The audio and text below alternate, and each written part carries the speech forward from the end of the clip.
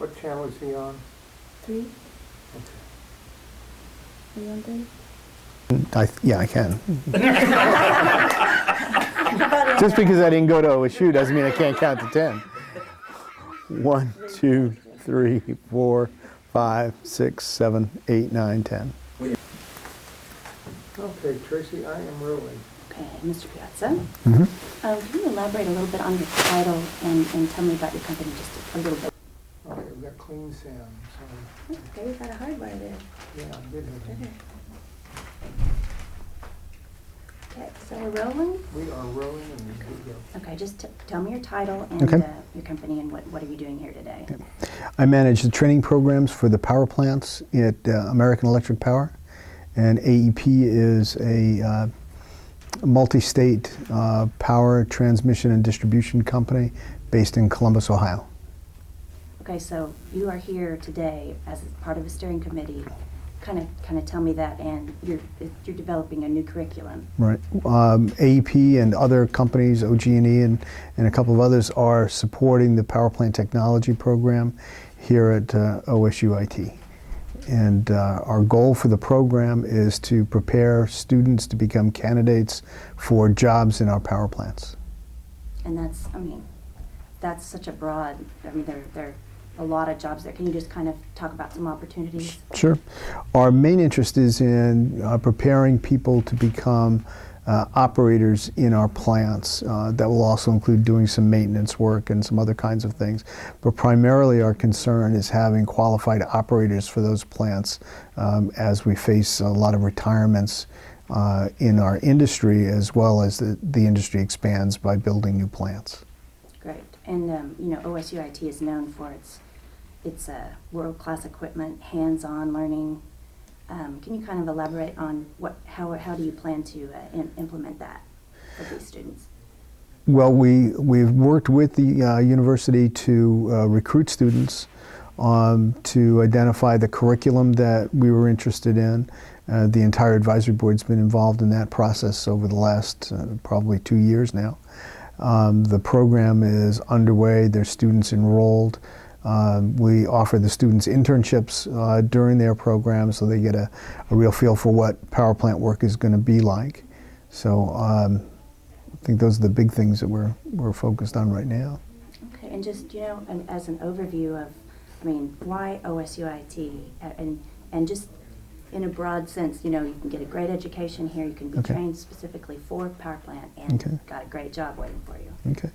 Well, we had a number of people who were graduates from OSU before it was the Institute of Technology, who worked for the company, who really spoke highly of the education that they received while they were here. And so we thought, given the proximity of our power plants to the school, this would be a good place for us to come, and as well-established programs, well-established reputation, and so we were pretty excited to work with somebody who really knew their business. We don't know the education business, we know the power plant business, so we needed a really good partner for the education piece. Excellent. Oh, Let me listen to him. Okay, go ahead. 1, 2, 3, 4, 5, 6, 7. Oh, that's 7. Okay.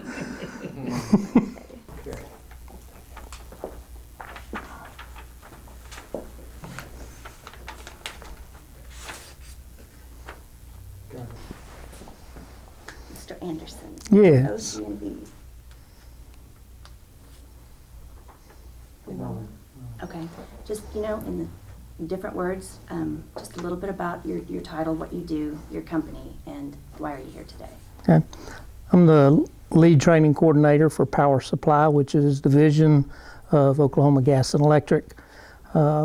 We are here today to come together as an advisory board for the new Power Technologies program here at OSU IT. We're looking forward to participating with this great institution to be able to find some students here within Oklahoma and this region to look at the possibilities of coming to work for our company in the power technologies area, mainly our power plants in the operations and maintenance area. Okay, can you kind of elaborate on the need for skilled power plant technicians that you'll want to employ?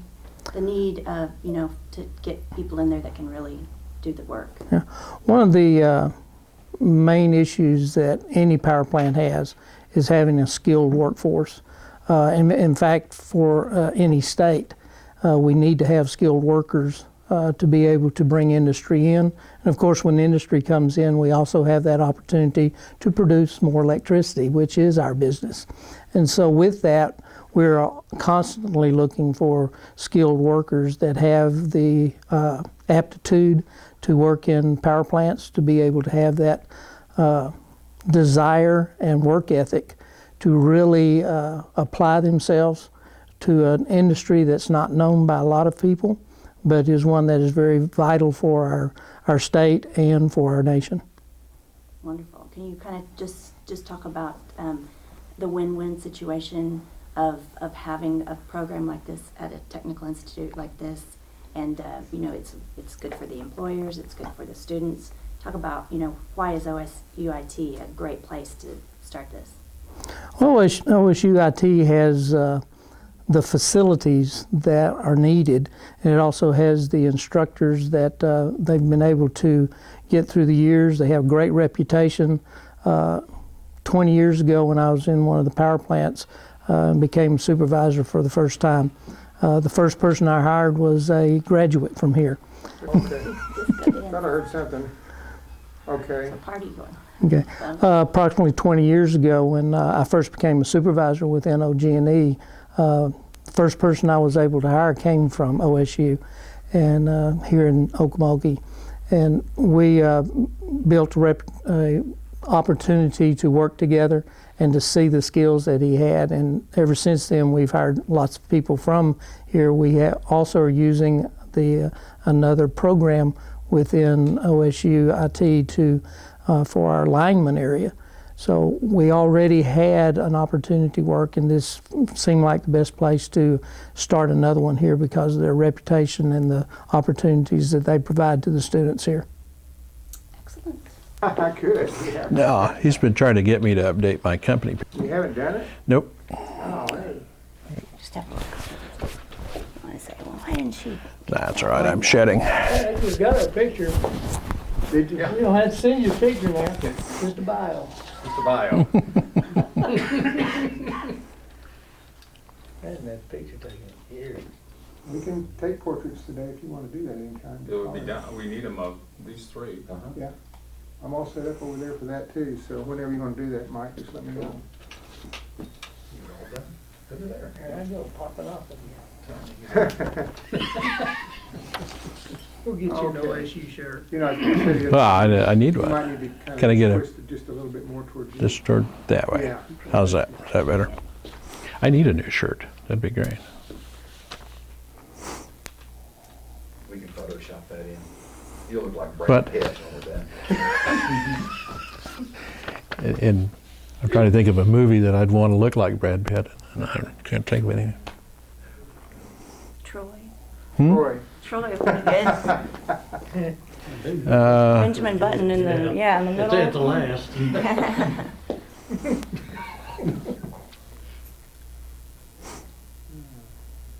Everybody's such a pro, they know not to look at the camera and then just talk to me. Zoom rolling. Okay, now we got it. I'm going to zoom in on it. And we are rolling. Okay, Mr. McElhaney, tell me your title, your role with your company, just a little bit about that. Sure. I'm Ken McElhaney, and I'm the Director of Employee Development with Western Farmers Electric Cooperative in Anadarko, Oklahoma. We're an electric power generator. We also transmit to our 19-member systems in the rural areas of Oklahoma and provide electricity services through our member cooperatives to those areas. Okay, and why do you think it's important to have a power plant technology program here at OSUIT? Well, from Western Farmers' standpoint, the reason we got involved in this program and the development of the program was to provide a stream of talent for our power plants. We're local employers. We have a number of people in rural areas who are looking for job opportunities, and we're hoping we can funnel those folks through this kind of program to make them better prepared for the job opportunities we're going to have in the relatively near future. Okay, good. What do you think is, what are some of the most important items to discuss to part of the curriculum, and what are the main focus of the curriculum, in your opinion?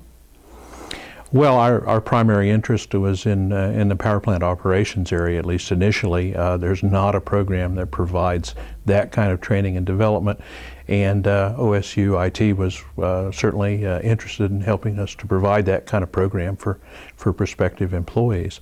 So that's something that we wanted to go to existing organizations to do. The alternative was to do that kind of training ourselves, which tended to be pretty expensive.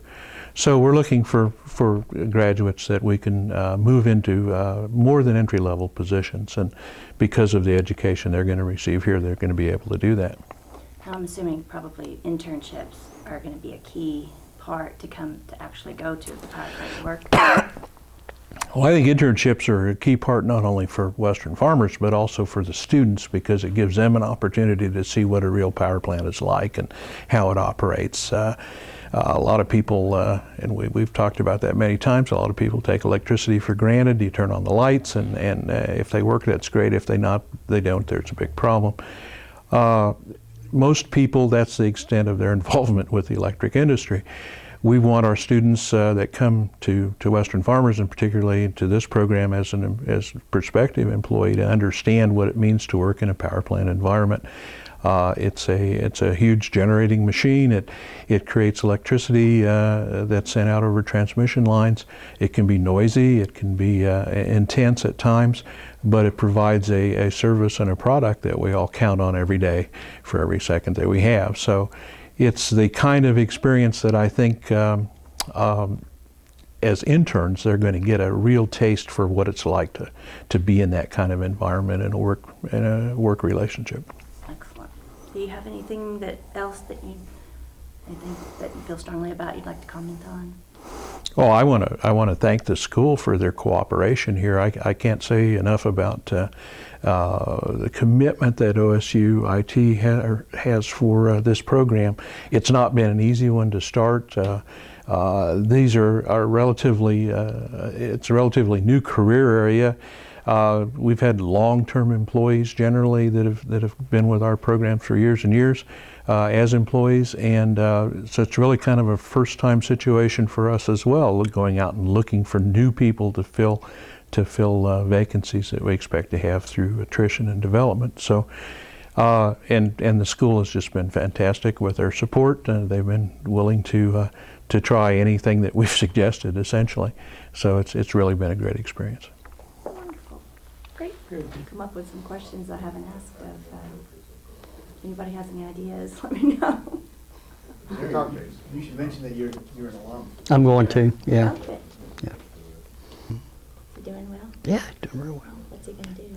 Sophomore. Old enough to have a grandson in college? Tracy Alvarez. Okay, Mr. Briggs.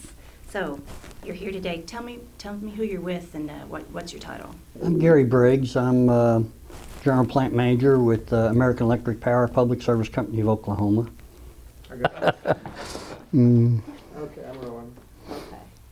So you were rolling on this title, and so here you are. You guys are starting this new curriculum for power plant technologies, but you are coming home in a sense. Can you just tell me what you got your degree in and here, and just kind of you're an alumna?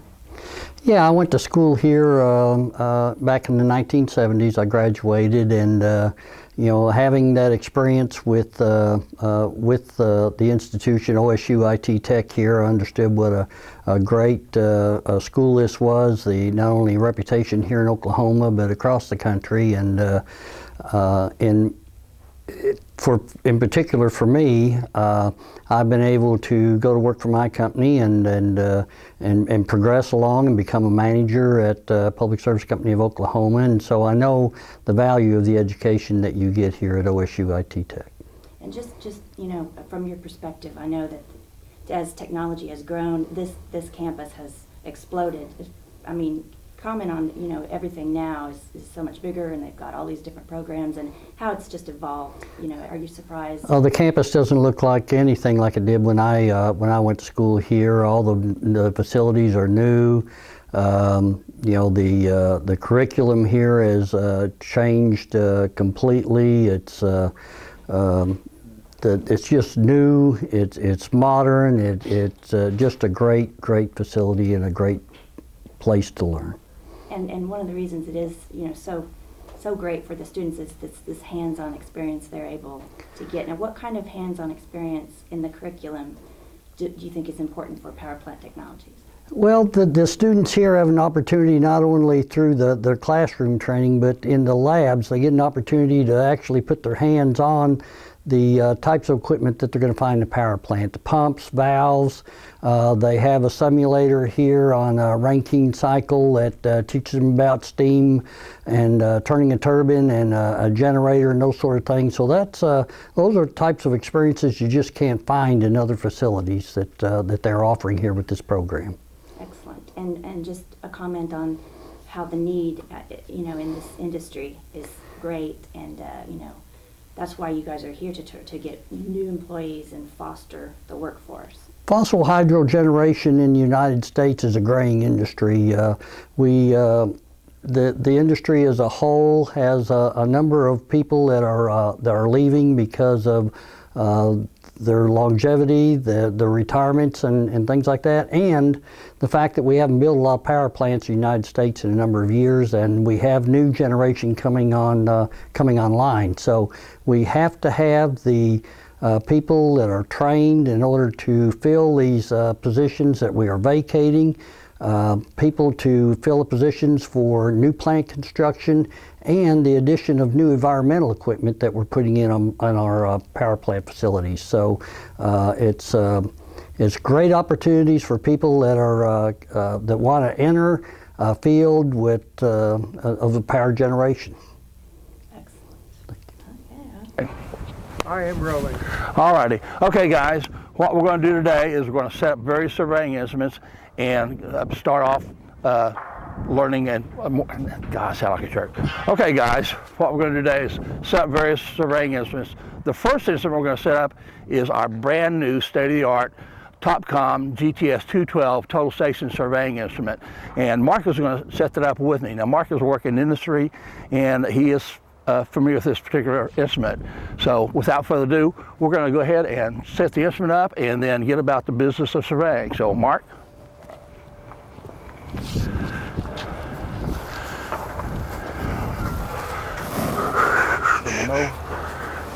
Okay, that's all we're going to need, right?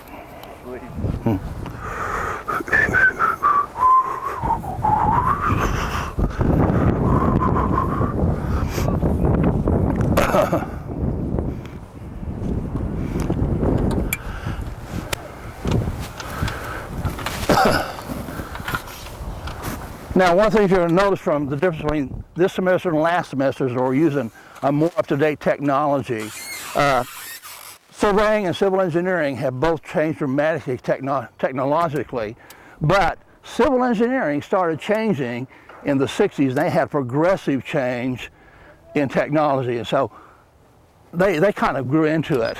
But a surveyor using surveying instruments in 1975 was using the same technology that he used, that was used in the 1940s, and then bam, overnight, technology hit the surveying instrument, and they went from having a transit and measuring with tapes and chains and that sort of thing to having a total station surveying instrument like we have here today.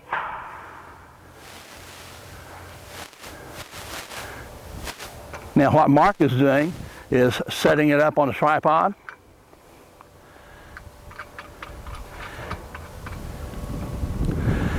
And he's going to come up and turn the instrument on. It's electronic, works on batteries.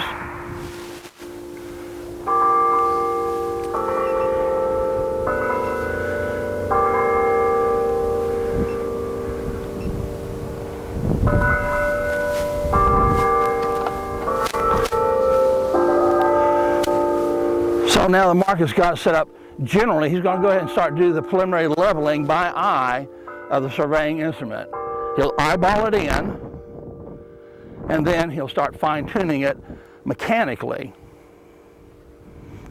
Now once he's mechanically got it, a preliminary level on it, then we're going to get into the fine-tuning of the instrument itself. Now what Mark is doing is he's looking at the fisheye level. The fisheye level is an approximation, and what he's doing is trying to get that bubble in the fisheye centered in a little circle. But that's a preliminary leveling.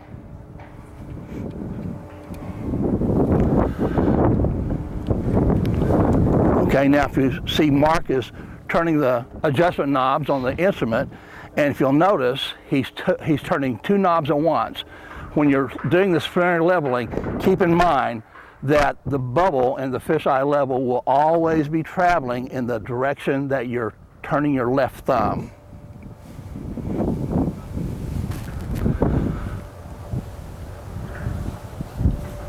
Okay, now he's got his preliminary level, and he's starting to level it using the spirit levels. There's one right here, and he will set that between the adjusting screws and adjust it 3 to 4 different times to get it perfectly level.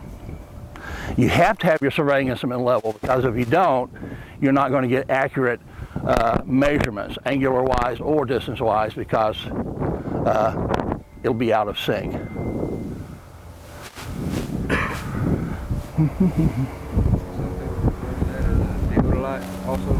Theodolite and transit are 2 terms that are used interchangeably. What makes a total station is that in conjunction with having all the operations of a transit, it also has a built-in EDM, electronic distance device.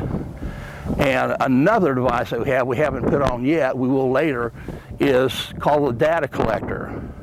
Now, in conventional surveying, before the advent of the total station surveying instrument, one of the things we did, and we'll be doing that initially, is we use a field book to keep notes in. And in that field book, we'll record all the horizontal and vertical angles that we changed, we turned, measured, and then we would take a steel tape or chain and measure our distances.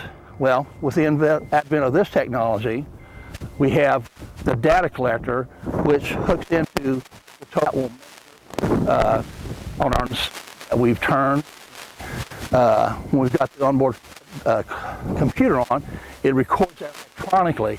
An experienced field crew working in conjunction with the experienced drafter in the office can take that data collector, bring it into the office, hook it into the computer, and download that information directly into an AutoCAD drawing, and save a tremendous amount of time in production of the drawing.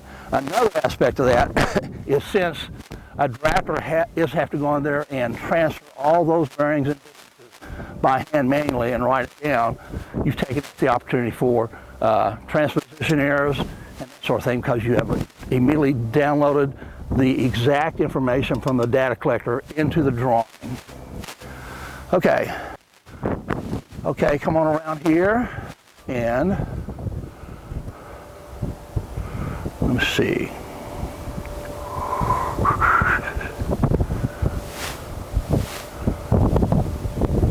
You need to help me out here, Mark, since you're familiar with this. Escape to that. Okay, and are we ready now to go ahead and measure our HI or? Oh, we don't need to put that in, do we? No, you don't have data collector. Yeah, we're just turning horizontal angles. All right, what I want you to do now is, why don't you go get one of the rods with the prism, and what I want you to do is to take it over at the construction joint of paving parallel with the building. And that will be our backside. And James, if you'll get the other one,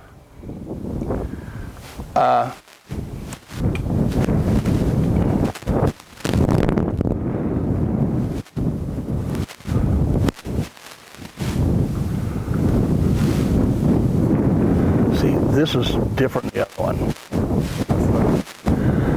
Well, I don't even recognize this screen. I'm used to spinning this, and all of a sudden it's ready, and then I can. Zero. Yeah. Where's the zero button gonna be at? Well, I was hoping you were going to tell me. F4 is up zero. But it usually asks for zero. I want it on the joint. If you remember telling Billy, on the concrete.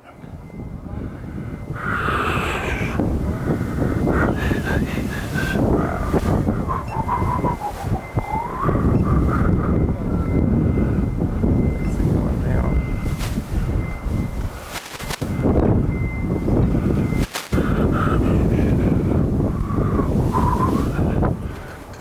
Okay. What happens if you? That's the menu screen right there. Oh, okay. And that's enter, right? Now we got the instrument set up, and what we're going to do is we're going to foresight. We're going to put the sight towards our range tool over there. Now the first thing he's going to do is he's going to rotate the sight down to where the picture he sees in the reticle is where that point of that rod is sitting on the monument. What he's in there. 98.94. 98.94 feet. All right. Now, we got that set up. He's going to lock the instrument in place and then turn it to where we're sighting on James. And then we'll measure the angle and distance.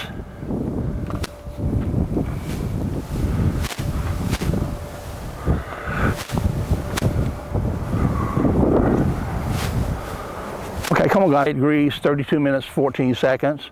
And what's the distance? 105.9. 105.92.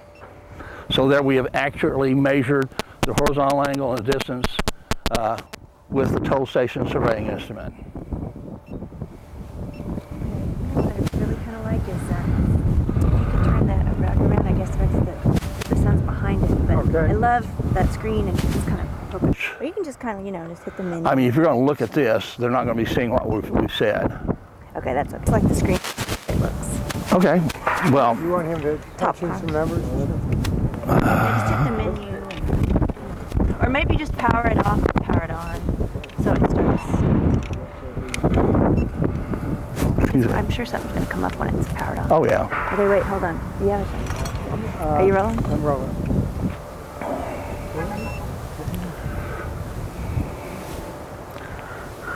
See, that right there was cool. Enough. Yeah, see? Let's do it. Okay, good. See, there's the zero set. Okay, so there we set the 0. Okay, so we press yes, and we set the. And so what we're reading here is the angle, and the vertical angle and the horizontal angle. So, are you going to get another something like that out? And it's working now. Yeah, yeah. So we can do it again. Sounded like to us that it was working before, so we didn't know it wasn't working. We know the language. See, I violated a cardinal rule. Come out with a brand new piece of equipment instead of something I've used time and time again. This is an update from the previous one we had. And the name of This is a Topcon total station surveying instrument. and is this the data collector on there?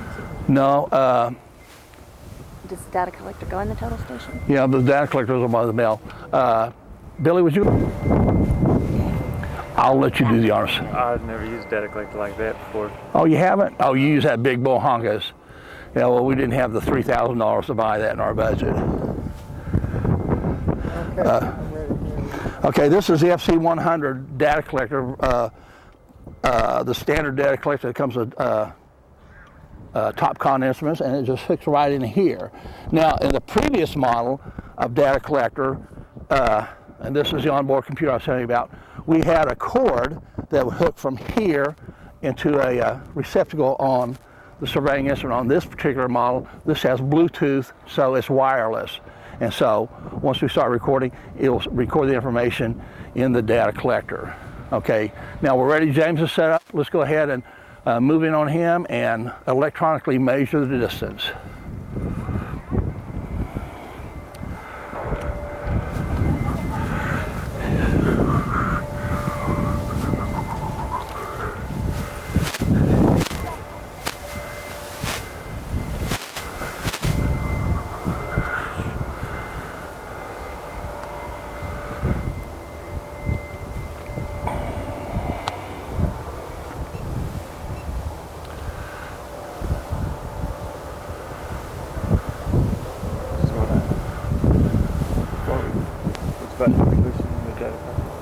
Just go ahead and hit the measurement because the data collector is not set up yet.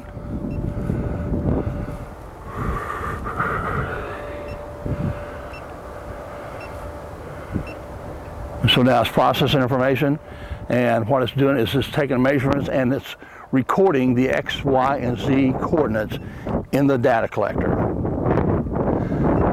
A lot faster and a lot more accurate than it's been done for eons.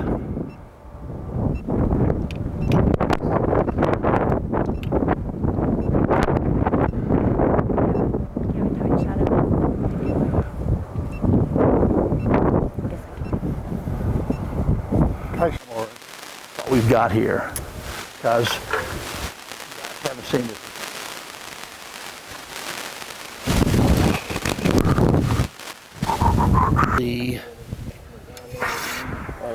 The base station. So the base station is what we're going to set up on the tripod. So this is a tri-rack, which allows us to set this up and not realizing it's turned all of it. So you've done that before too. Yeah.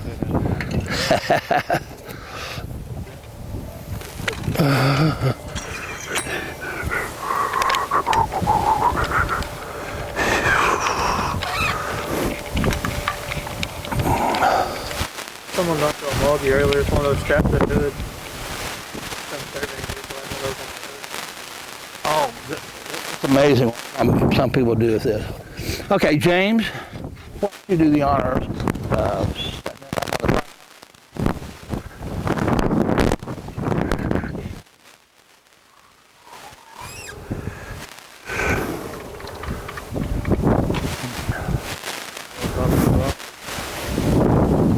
Oh yeah. Now is the rover. The rover's what moves around from point to point, and so we're going to set the rover up on the great. So we'll go ahead and put our antenna on there.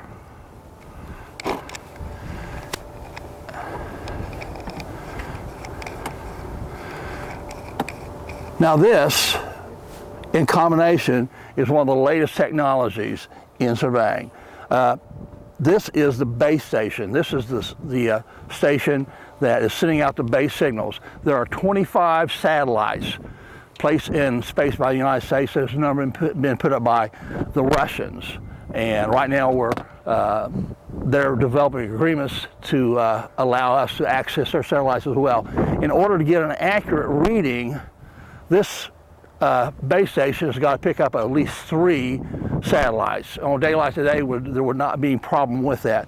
So once that's set up, it's communicating back with the satellites. It's also communicating with the rover. So what we do now is pick up the rover, and now the base station is recording information. It's got set up, and okay, we see that we've picked up 4 satellites, so we got good information.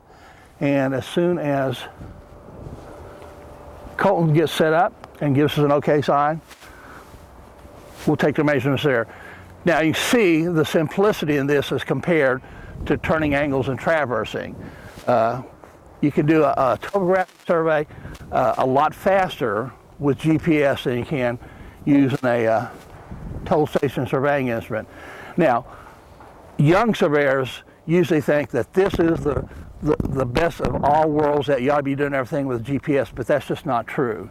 In plane surveying, boundary surveying, it's a good idea to use a transit, because when you're using a transit or total station surveying instrument, you're setting up and you're taking measurements from each setup and recording angles. And when you bring that back in the office, you're going to find that it never closes exactly right, because by the nature of human errors, random errors, errors created by the climate, and systematic errors, there'll be slight deviations.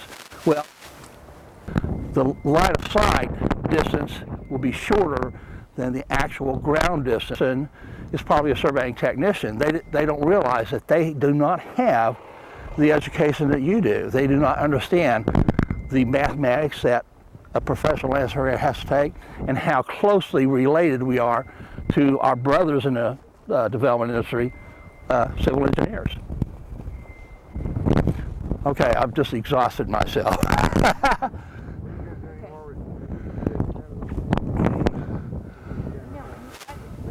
he starts, what he's going to do, can you just get like a shot, those two things together and the trees in the background, just to... Okay, yeah, when guys grab that and get it out. No, we like it. Oh, you like that in picture? Because, you know, as the video goes, we're talking about the equipment, so Okay, sometimes it's just well, nice why don't you at least go level it? Oh, okay. There's going to be real surveyors out there looking at it. Or this is good, it's good how he's working with it, and it's in the brain. And really, when they take a shot or using that prism, it does. Yeah, the prism, sometimes it doesn't really matter which way it's tilted. Is that true? Actually, no, it does. Small deviations won't make any difference. Now, what a lot of people, well, the other prisms down there, okay, who hadn't been running their legs off. Mark, would you turn down and get that prism? And I'll show you guys something. That's a good point. I think he's coming down, he's frozen up there.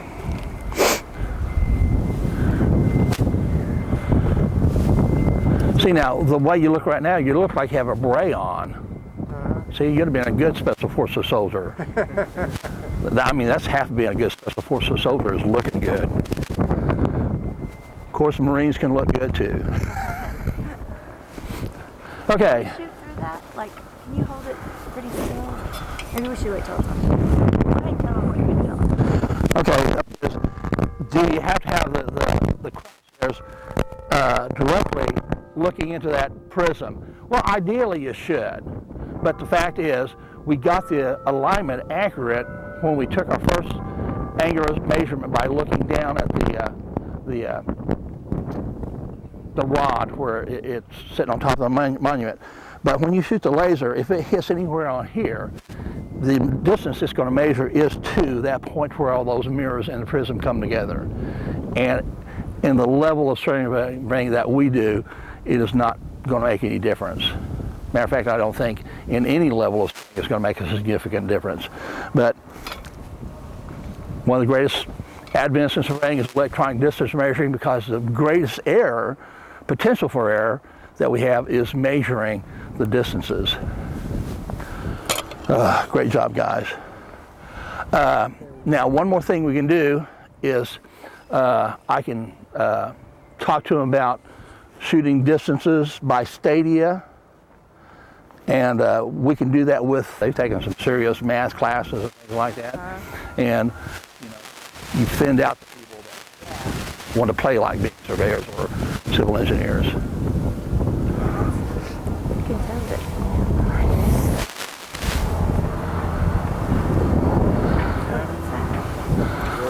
Okay, now what Colton is doing, Colton is setting up the 1980s technology surveying instrument we use. This is a transit, and the transit, like the total station, measures horizontal and vertical angles, but it does not measure distances electronically.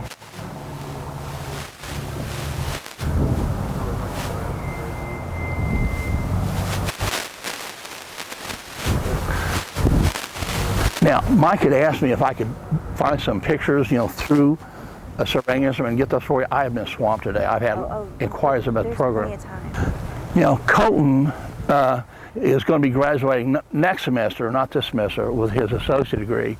And his schedule was such that he had to get a little bit out of sequence. He's taking introduction to surveying now and surveying one at the same time. So he's learning everything, where the rest of these guys took surveying, introduction to surveying last semester, and now they're taking surveying one. And these students are a mixture of civil engineering and surveying majors. Okay. We'll just pretend they're all surveying majors. Yeah, or it would be, I could talk to like two surveying majors and two civil, because this is going into civil engineering. I could maybe talk to them about both and make sure that I use the surveying part and the surveying part. Okay, Mark is definitely for the surveying option, discipline. And You have time. I mean, it's okay. it's a suggestion. What I would suggest is you talk as if, you're definitely in the surveying option. Do you mind doing that? This is advertising. Mark is definitely that. Colton and Kyle are both civil majors. And James, you're civil engineering? Okay. James has his own business. He's a contractor and does contract work. He's got a background. Mark has got a very extensive background in land surveying. We'll go by the time. Okay. What we'll do. Okay, who hasn't had time on the instrument when we're filming? You have. Did you, Billy? No, Kyle did. they did. I'll hold this. Okay, you hold the rod and okay. Scissors, rock. We'll do that. All right. We'll see who gets closer. You ready? You know how to do that? Scissors. Yeah, rock, paper, scissors. Be on your side.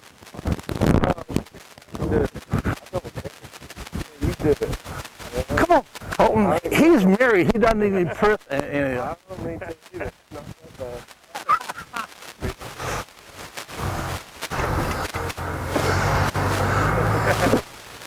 Okay. All right, I'll tell you, I'll slide it in and Colton can read the vernier scale. Don't even ask me to read the verniers. It's been so long.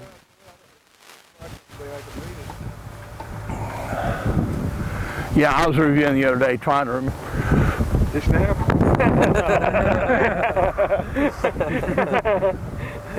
Start talking about the vernier scale. Well, chances are you'll never read a vernier except in classroom.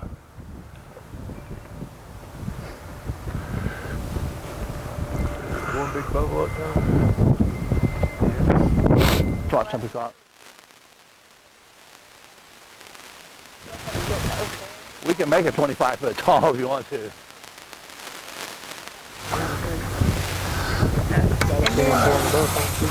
While you guys pass it. Yeah, you stay there, Jack. Good job.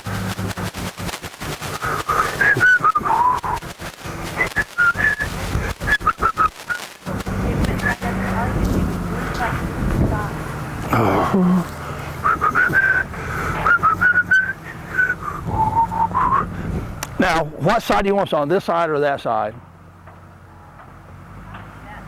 But don't have your hands in front of the numbers. Remember, there you got it. I can walk in and do it instead of starting from that. Okay, are you ready to? Okay, when you get in there, start extending it where it's beyond the top of the sign.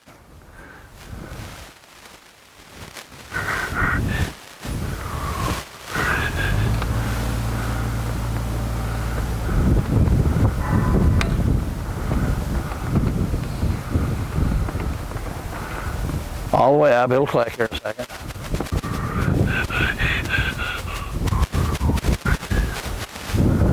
You're almost there. There you go. And then make sure you have your hands off the numbers so the guy running the gun can see everything. And that's a stadia rod. That's obviously he can measure the height of that sign with it, but this is an old way of measuring distance preliminarily.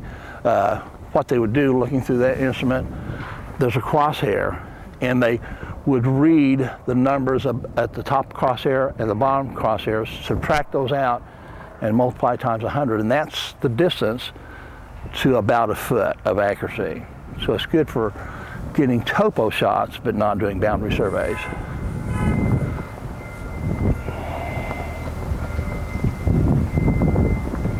Got it. Here, Tom. Oh, you can? All right.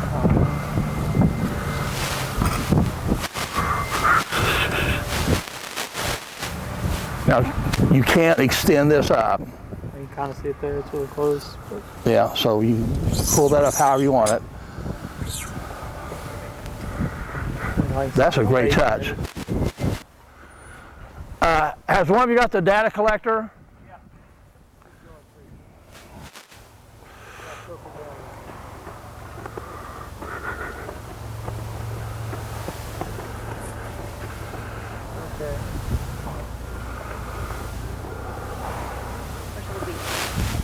Upside down.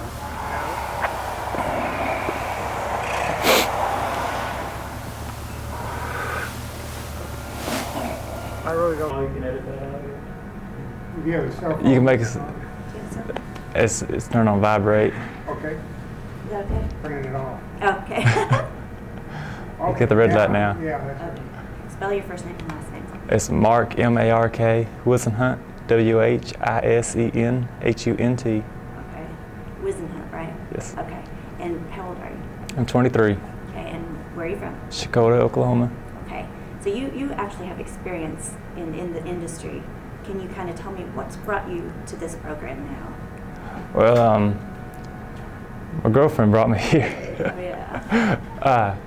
No, I was just trying to get some experience, and I figured if I'm going to be a surveyor, I need to get a degree, and it ain't going to hurt my chances any, but so I decided to come out here. Did you kind of look at the program, or how did you find out about OSUIT? Well, I came and talked to the instructors, and they told me all the good things about it. And what is it about surveying that you like? What's interesting? That equipment is very cool, but why do you want to be a surveyor?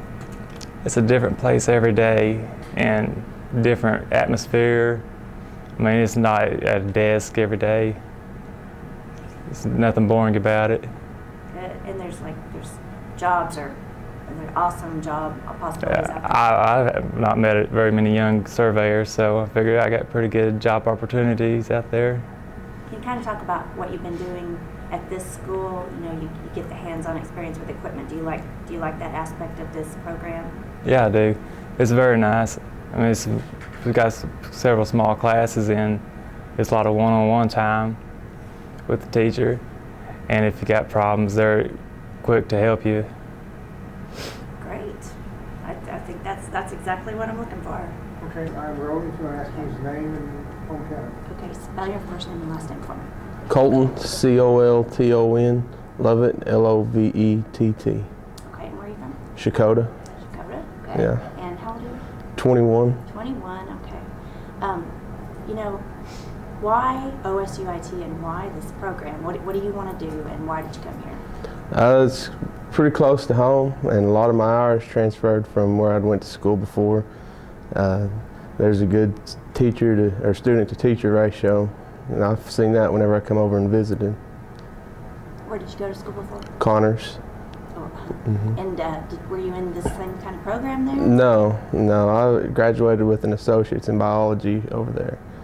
So what, after biology, why come into, are you civil engineering? Yes, my grandpa, he's got a couple of dozers and a track hoe and dump truck and stuff like that, and I've always been around it, and it's really interesting to me. I like working with equipment and the building construction and stuff. So I heard about the engineering, and you know, I've always seen it neat to see how people design the ponds and the things that we build. So I'd like to know more about it. That's why I came over here. Well, that's good. And how's it been so far that you've been going to school? How long have you been? Just this semester or last semester too? This is my third semester here. Yeah. And it's been really It's good? been really good, yes. The teachers are real helpful, and all the teachers that I've had have been real cooperative with me, and my schedule allowed me to work, you know, and go to school, so they've been real helpful.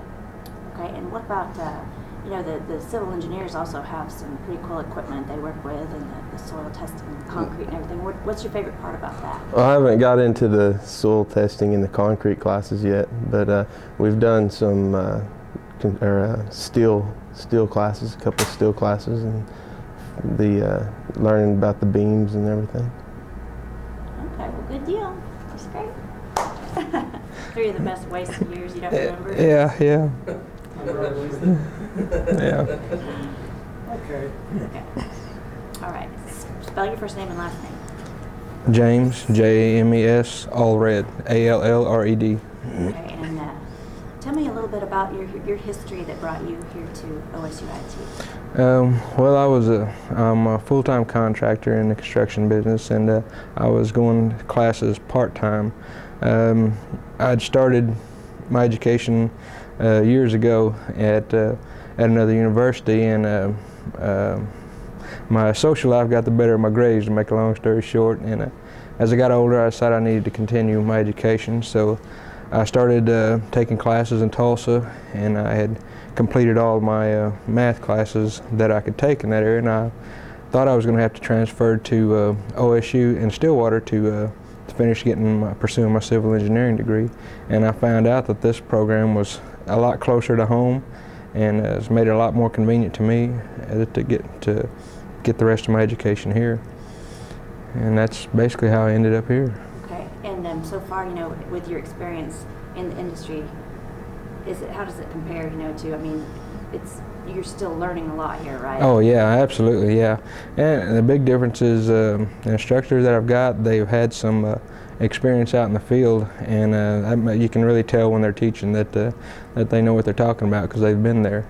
And it just really, they're really cooperative, and they work with your schedule because I have a lot of job duties to do, take care of during the week, and they're real flexible to work with me when I get in those situations. So what is it about getting this program that you're in? What do you like about it, and why did you choose it? The civil engineering really helps, is more what I'm dealing with in the construction industry.